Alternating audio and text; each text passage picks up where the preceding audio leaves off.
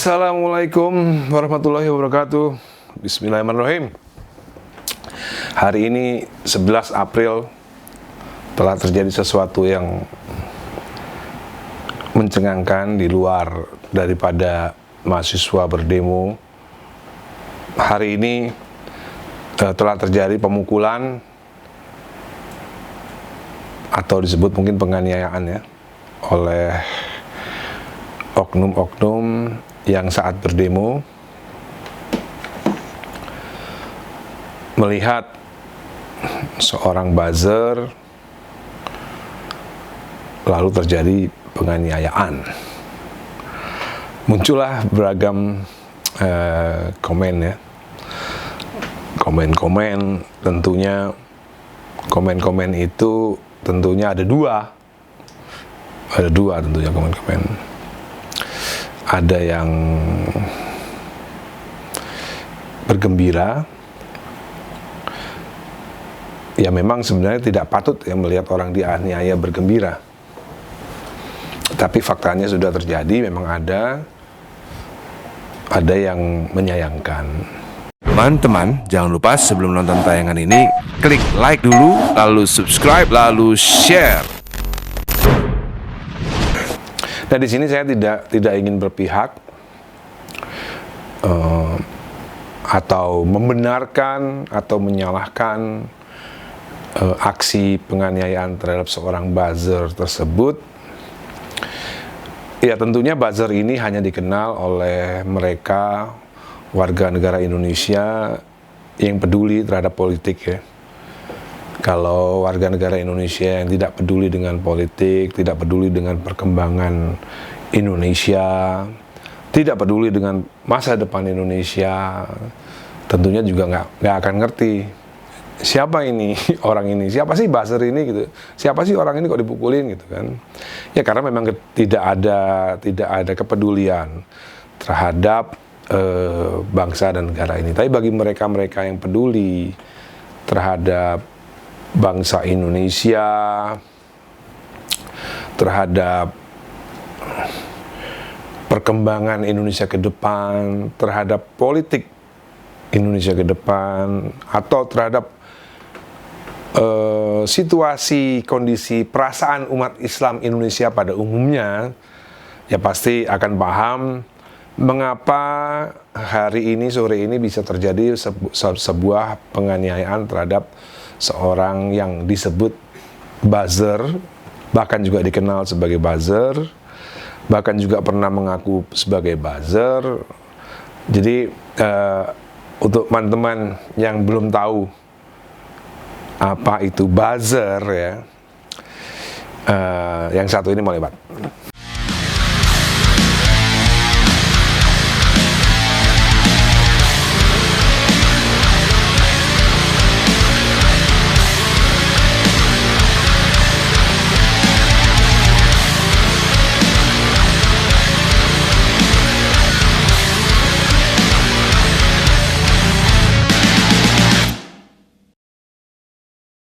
Jadi buzzer dari kata buzz, mendengung ya, mendengung. Jadi sebelum ada kata buzz, mungkin saya lebih sering memakai kata amplified, karena saya musisi. Kalau mau main gitar supaya lebih kencang itu pakai amplifier gitu. Jadi buzzer adalah orang yang kerjanya ngebuzz gitu ya.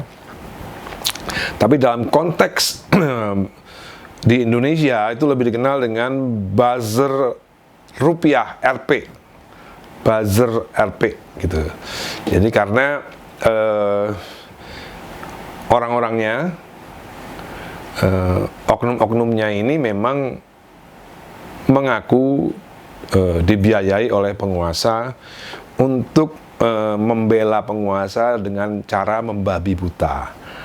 Jadi ada orang membela penguasa, tapi tetap di jalur yang akademis, ya, tetap di jalur yang sesuatu yang bisa dipertanggungjawabkan ya. Ada reasoningnya gitu, ada logical explanationnya. Tapi buzzer Ya, nah, dia hanya hanya membela penguasa secara membabi buta. Maka dari itu mereka disebut buzzer.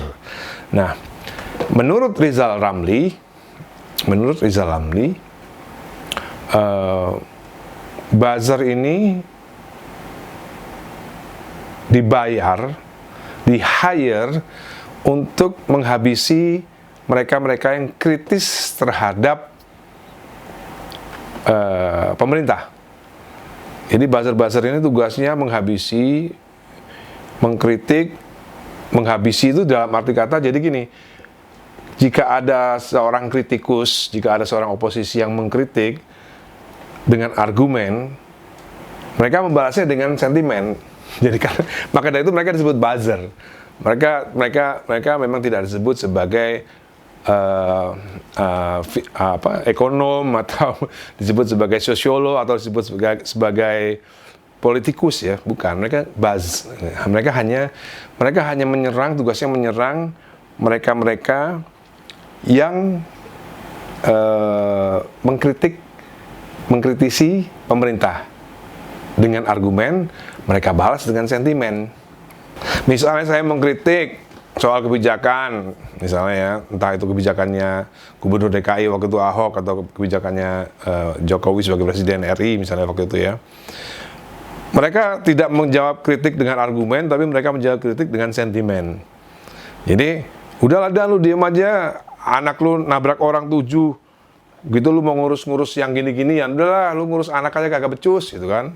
Atau udahlah lu ngurus istri aja kagak becus, gitu. Nah, itu yang namanya buzzer. Jadi mereka seperti menurut Rizal Ramli, Profesor Dr. Rizal Ramli, ya, mereka hanya mereka hanya menyerang, kerjaannya buzzer itu menurut Rizal Ramli, mereka hanya menyerang para oposisi, para oposan yang memberikan kritik dengan argumen dan dibalas dengan sentimen. Jadi menyerang pribadi, gitu loh. Jadi misalnya Rocky Gerung mengkritik, diserang lagi pribadi.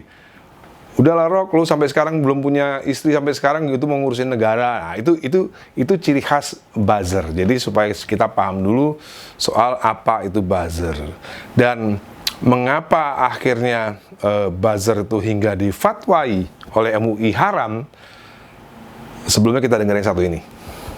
Pemirsa, meski fatwa haram telah disematkan Majelis Ulama untuk buzzer atau pendengung di media sosial, namun mereka tak pernah hilang. Buzzer bagaikan buah si malakama, meski kadang dibutuhkan, namun tidak jarang bisa menjadi batu sandungan jika tersangkut pidana.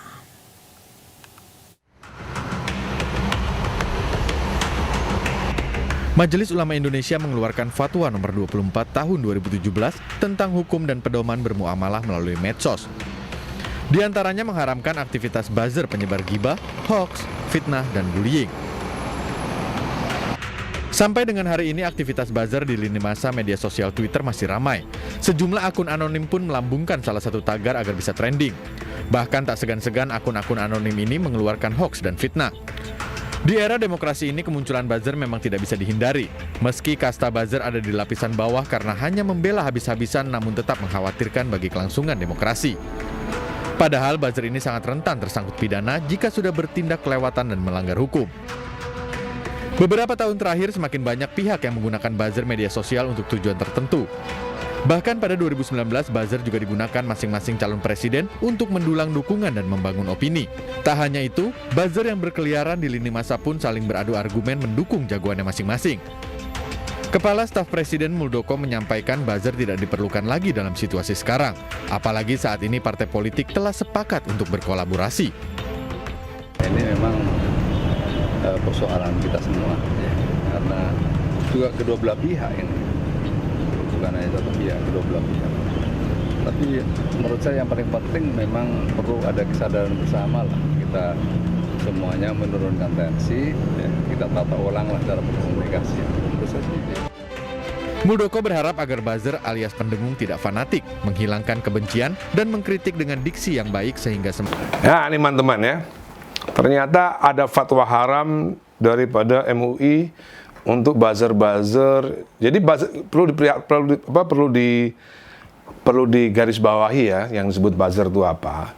Jadi saya, Ahmad Dhani, ini tidak bisa disebut buzzer. Karena saya ini tidak dikenal sebagai orang yang membela penguasa. Itu. Meskipun sekarang ketum saya adalah Menteri Pertahanan Republik Indonesia, tidak ada satupun dari kalimat-kalimat saya yang membela, membabi buta terhadap ketum saya, yaitu Prabowo Subianto.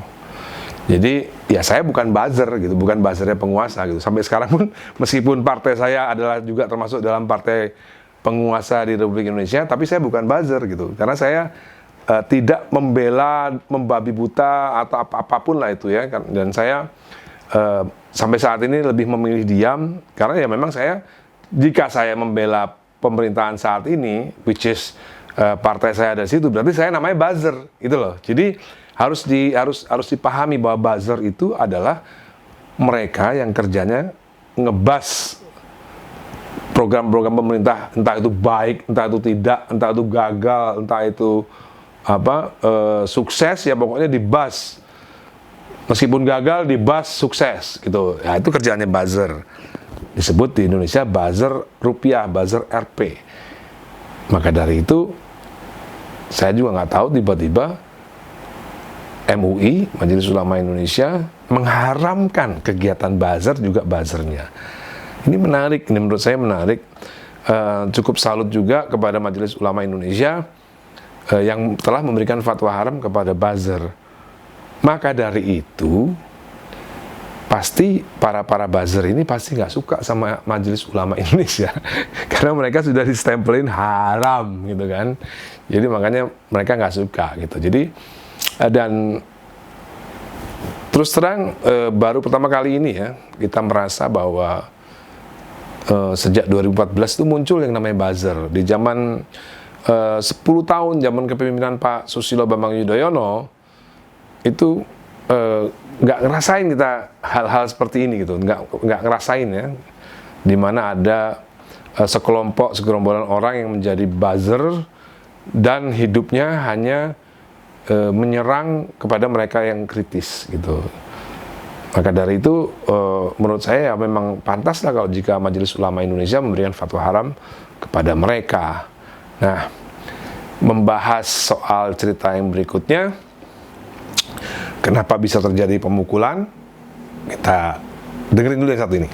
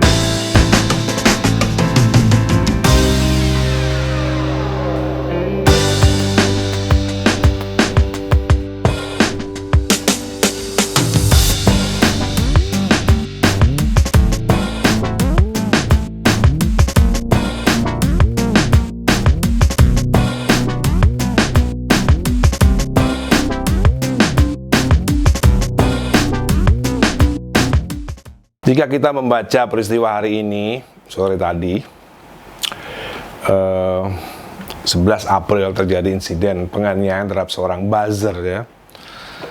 Itu sebenarnya dalam gambaran saya ya, misalnya gini, misalnya ada seorang anak bupati misalnya. Ada seorang anak bupati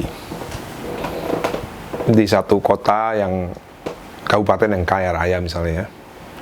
Seorang anak bupati ini kalau naik motor, naik mobil selalu ngebut. Pada suatu saat nih ngebut, nabrak orang di pinggir jalan. Tapi karena bapaknya bupati, anak ini aman dari jeratan hukum ya. Kemudian diulangi lagi, nabrak orang lagi. Karena bapaknya punya koneksi yang kuat terhadap hukum, anak ini nggak ketangkep gitu ya. Nah, ini beda ya, kasusnya beda. Nanti di komen pasti ada, alah anak lu juga nabrak ya.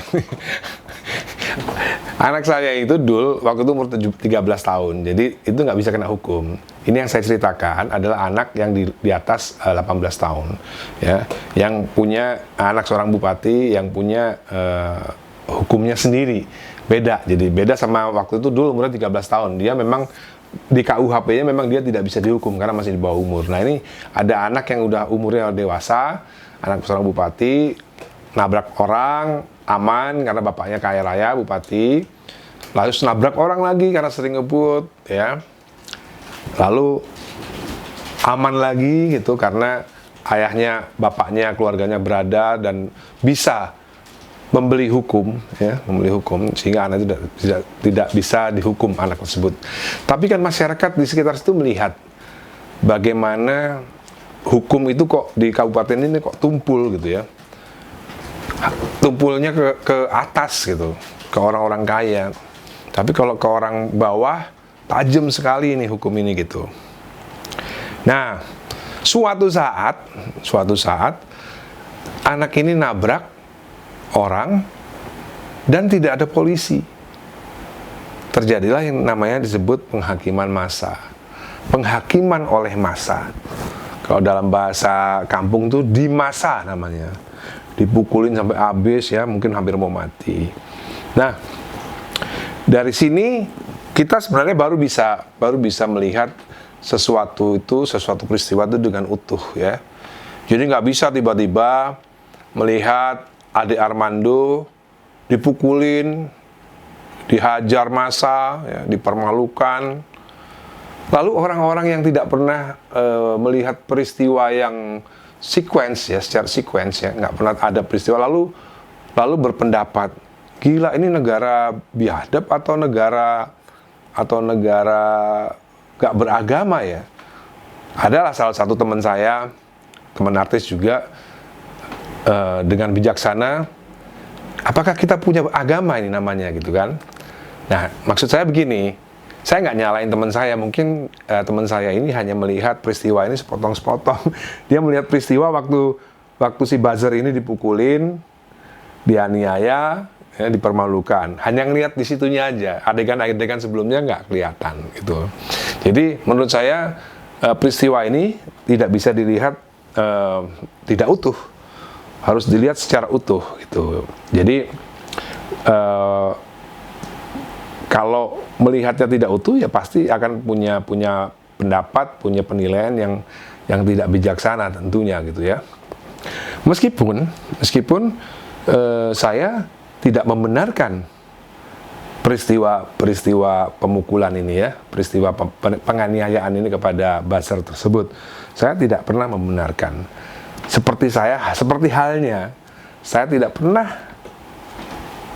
membenarkan ada copet atau ada maling di kampung dipukulin sampai mau mati, bahkan mungkin bisa mati. Jadi kita harus paham, masyarakat kita di bawah itu berbeda seperti kita yang punya pendidikan ya. masyarakat kita ini punya potensi kejam. Masyarakat kita punya potensi kejam. Masyarakat kita punya sejarah kekejaman. Ya, sejarah kekejaman. Yang paling dekat itu mungkin tahun 1965. Yang paling dekat itu. Saya tidak suka PKI. Tapi saya tidak juga suka atau tidak membenarkan bagaimana masyarakat kita waktu itu membantai PKI. Bukan membunuh ya, beda. Tahun 1965 itu terjadi pembantaian terhadap orang-orang yang dianggap PKI. Orang PKI, partai PKI maupun orang-orang yang dianggap PKI. Saya tentunya tidak boleh membenarkan peristiwa itu. Tapi peristiwa itu terjadi. Artinya memang masyarakat kita punya potensi untuk kejam. Punya potensi untuk kejam. Maka dari itu sebagai pemimpin, sebagai pemerintah kita harus hati-hati. Kita harus hati-hati karena masyarakat kita, masyarakat Indonesia yang dikenal dengan Pancasila ini punya potensi kejam. Maka dari itu hati-hatilah pemimpin, pemerintah, janganlah hukum tumpul ke atas, tajam ke bawah ini diterus-terusin. Karena apa yang peristiwa yang terjadi sore ini itu adalah bukan apresiasi ya, itu adalah sebuah refleksi daripada masyarakat yang muak melihat hukum itu tumpul ke atas, tajam ke bawah. Ini yang dilihat masyarakat. Ya, ini yang dilihat masyarakat. Sehingga apa yang terjadi hari ini, sore tadi itu adalah refleksi daripada hukum yang tumpul ke atas, tajam ke bawah. Jadi,